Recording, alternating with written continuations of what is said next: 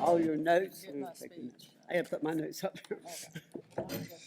there. I'll just stand over here. All right, thank you, Bonnie, and to the Southern Tennis Foundation for this incredible honor. As they told you, I'm not up here for tennis, not playing tennis anyway. And I want to congratulate Bill, and I want to also thank Bonnie for letting me go first, because I want to be at my table drinking my wine when the real show starts in a little while, because I know those people, and it's going to be funny. I told them to be funny, but not as funny as I am. So thank you, Bonnie, Jane, Eleanor. You are all my dear friends, as well as so many of you out there as well. So I was told by a really wise person that the best talks like this go like this: be short, be funny, and be gone. So I've already got the short down. We don't have to go over that. Be funny. Well, I'm not really a funny person. I'm a pretty serious person. But I did write a couple of funny things. And if you don't laugh when I wrote funny by my thing here, I'm going to do this. And you laugh. And that'll make me happy. Be gone. Well, this is going to be short and funny, and I'll be gone. But many of you don't know that there's probably out there somebody taking bets on when this evening will end. And it's a tradition. And I just wanted to tell you, you should have bet on the short end, but I didn't know we'd get all these other awards out and catching up awards, and congratulations to all those people as well that tonight. So I'm not going to talk about my volunteer work. They mentioned it a little bit, and there's been a lot of that, and that's why I'm here, obviously. But it's boring stuff. For the most part, it's pretty boring stuff. Lots of committee meetings, lots of Zoom calls, lots of conference calls, lots of time away from tennis because I've got a call. But it is inspiring. But as Bonnie told you about my green stamp tennis racket, who knew that when I got that first racket with a college PE class, I went home and told my mother, I'm going to take PE tennis. I need a racket. She said, well, look and see how many books of green stamps it takes to get one. And so that's how I got my first no-name wooden tennis racket with a press on it, remember? So that's kind of how it got started. Never had any lessons, self-taught.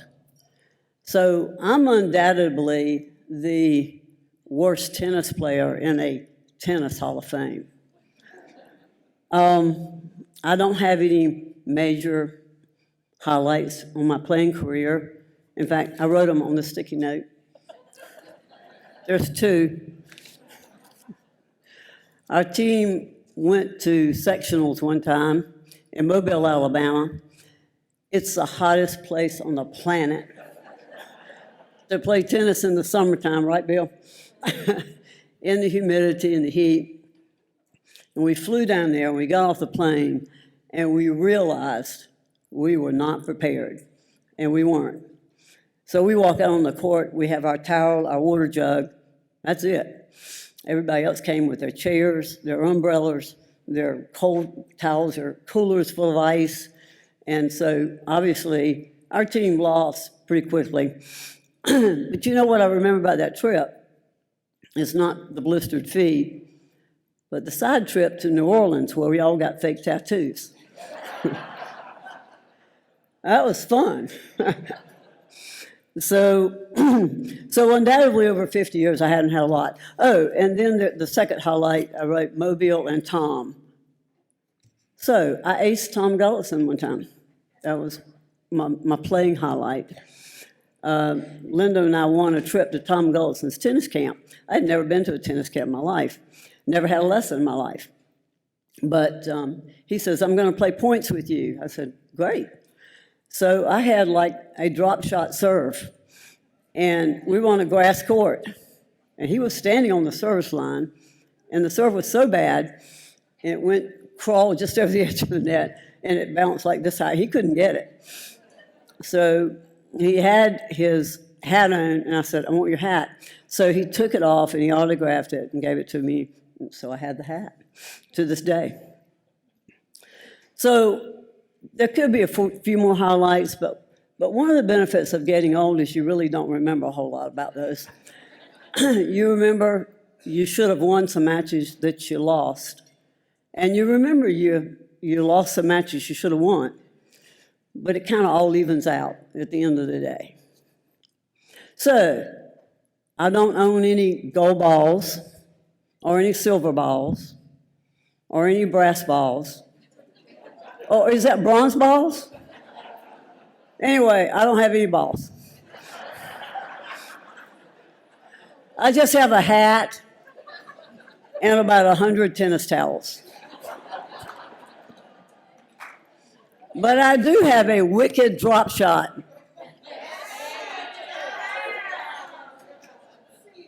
And I'm glad that sign was up there. There's some of my victims over there. And that makes me laugh. I don't even watch them. I just hit it and turn around and walk back.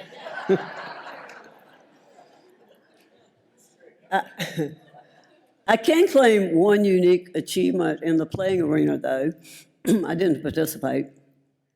But when I was a Southern Section president, USTA has something they call the Section Showdown, where all the 17 sections play each other in a competition. Ted's just shaking his head. We won it both times I was president. It's never been done before, and not since. So I had the good sense not to put myself in the match.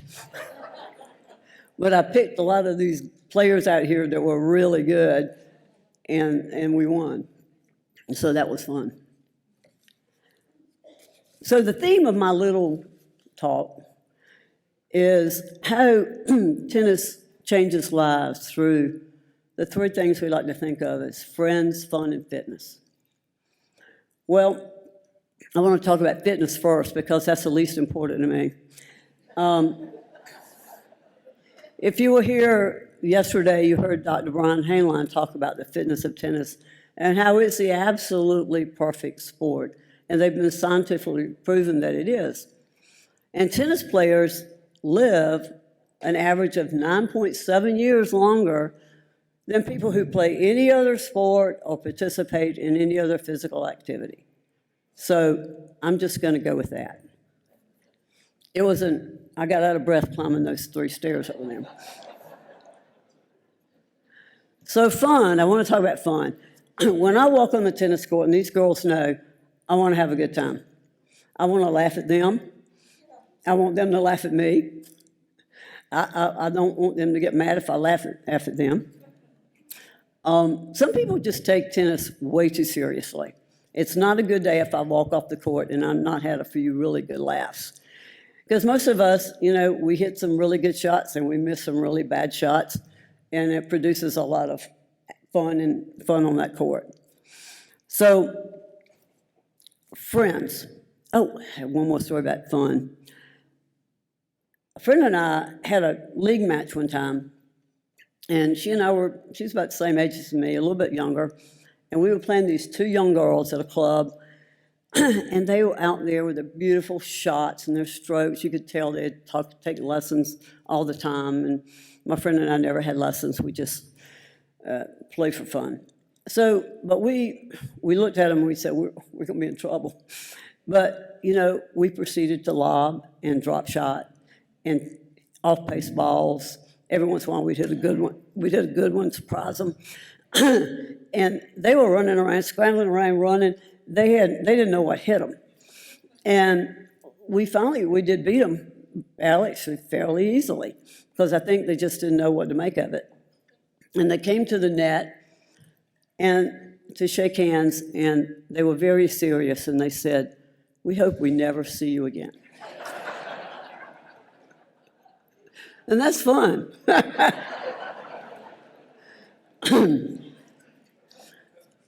So the other F is friends, and that's really, really the best one.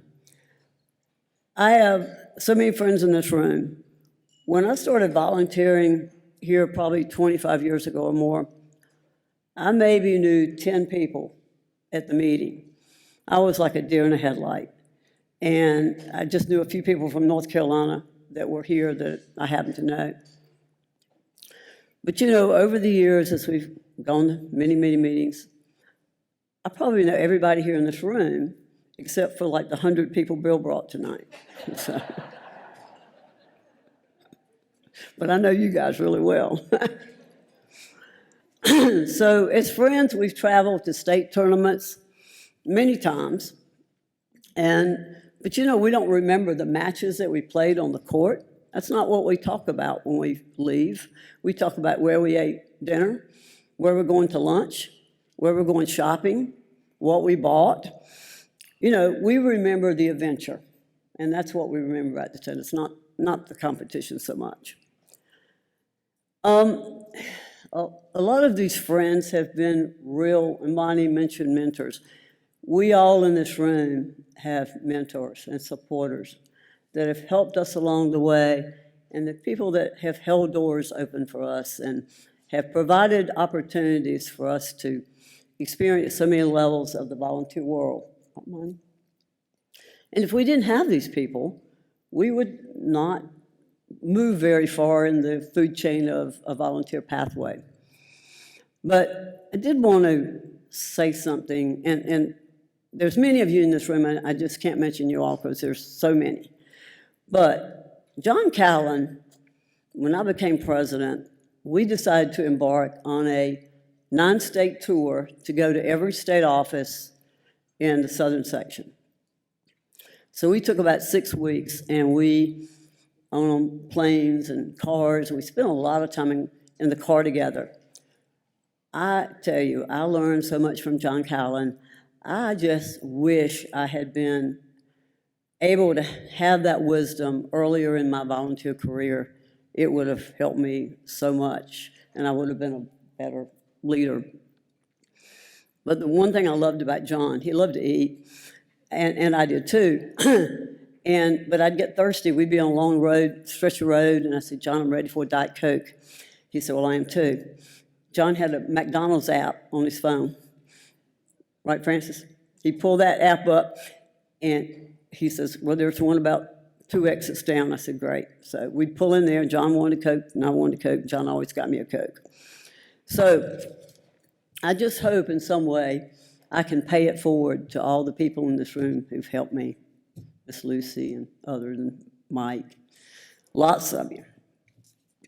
So I continue to make new friends all the time through tennis, because friends is really the most important. Well, most of them now have to be younger because I'm so old. So most of the new people that I'm meeting are much younger players. And there's a few over there that take 1 or 2, 5 or 6 at that table over there that are younger than me. Well, I'm old enough to be some of them's mother or even their grandmother. But my goal is to hang with them.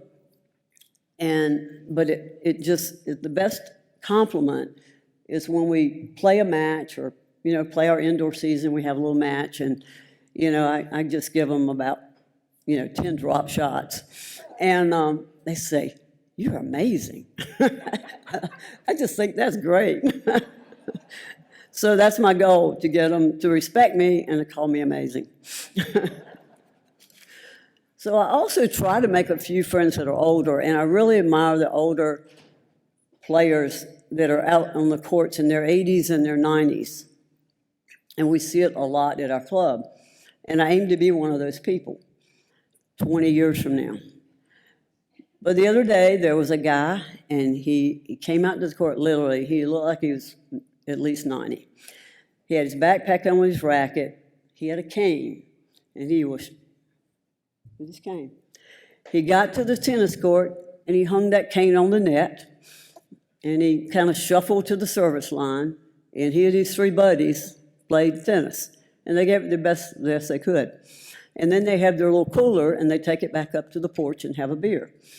And they always bring their own beer and pretzels because they don't want to buy it from the club. And they're so old, the club doesn't care, and they just let them do it. So somebody mentioned a while ago, who can't love a sport that begins with love all? It's perfect. Well, there's one more F I want to mention. We've talked about friends, fun, and fitness, and that's family.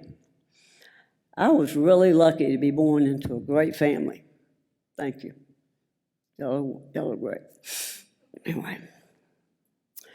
But there's also something really special that happens when you come to these meetings. You develop another family, lots of families, our tennis family. You know, when I was named, Frances Callan sent me a text. She says, I'm so excited to come see you and Bill, and I can't wait to see my tennis family. And so, you know, we may not see each other but once a year, twice a year maybe, at meetings, but we're family. And I'm just happy to be part of that family. So I have family now, as somebody said, all over the country. For USTA family, my Southern family, my North Carolina family, my Raleigh Racquet Club family. They're all just tremendously special people. To wrap up, Nadal, I love to hear Nadal talk.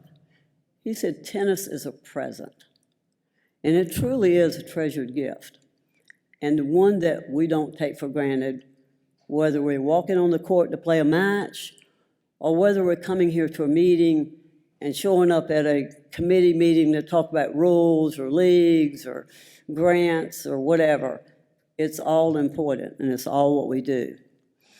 So I've always used the complimentary close on a lot of my correspondence, whether it's email or notes that I write, and it ends with serve well. And I hope to have done that. So again, thank you for this incredible honor.